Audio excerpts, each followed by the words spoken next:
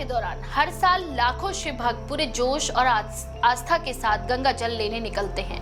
पैदल, बाइक पर, ट्रकों में डीजे के साथ सजी धजी टोली जब शहरों और हाईवे से गुजरती है तो माहौल भक्तिमय हो उठता है। लेकिन इसी दौरान कई बार वो दृश्य भी सामने आते हैं जो इस यात्रा के उद्देश्य और गरिमा पर सवाल खड़े कर देते हैं।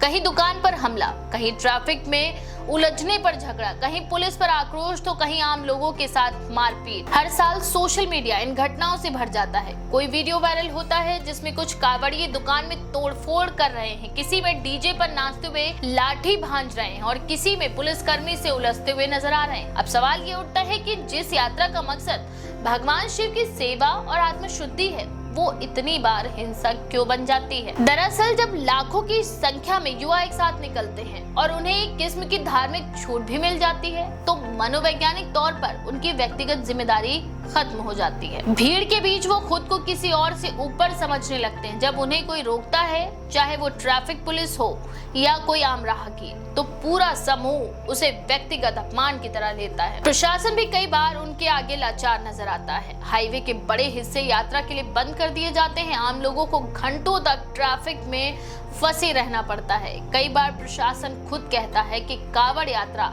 धार्मिक मामला है, इसीलिए सख्ती नहीं की जा सकती।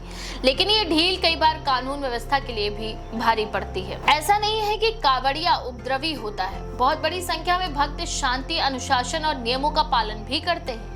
लेकिन जब कुछ असामाजिक तत्व यात्रा का हिस्सा बनकर माहौल खराब करते हैं तो पूरी यात्रा की छवि प्रभावित होती है। वहीं यात्रा के दौरान कई बार स्थानीय लोगों और कावड़ियों के बीच टकराव भी होता है। वजह छोटी होती है, जैसे गाड़ी का हॉर्न, दुकान का शटर गिराना या माइक की आवाज, लेकिन इसका नतीजा हिंसा में तब्दील हो जाता है और हिंसात्मक निकलता है। और जब ये सब कैमरे में कैद होकर इंटरनेट पर पहुंचता है तो आस्था की जगह उन्माद की तस्वीरें भी सामने आती हैं। वायरल होने की चाह में कई बार कावड़िए जानबूझकर ऐसे स्टंट या प्रदर्शन करते हैं जिससे उनकी टोली अलग नजर आए। किसी का वीडियो ट्रक पर डीजे के साथ धमाल मचाते हुए वायरल होता है तो कोई दूसरे समूह को चुनौती देता है कि कौन ज्यादा भक्त है।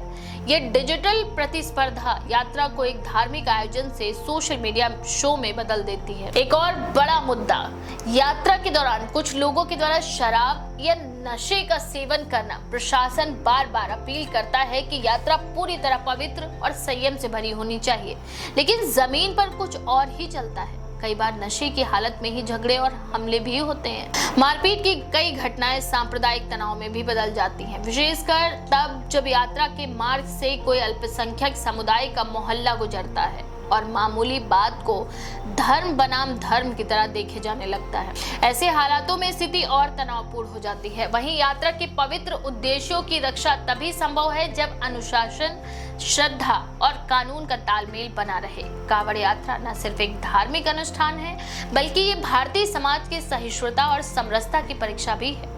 अगर इस यात्रा को हिंसा और उन्माद से मुक्त रखना है तो हर स्तर पर जिम्मेदारी समझनी होगी, कावड़ियों को, समाज को और प्रशासन को। वीडियो बनाना है तो उस दृश्य का बनाओ जहां कोई थका हुआ भक्त मंदिर में जल चढ़ा रहा हो, न कि वो जहां कोई ट्रैफिक में डंडा चला रहा हो। सोशल मीडिया पर वही दिखाओ जो इस यात्रा को महान बनाता है, न कि जो इसे बदनाम करता है। भक्ति में उन्माद नहीं, शांति होनी चाहिए। यही तो शिव का स्वरूप है।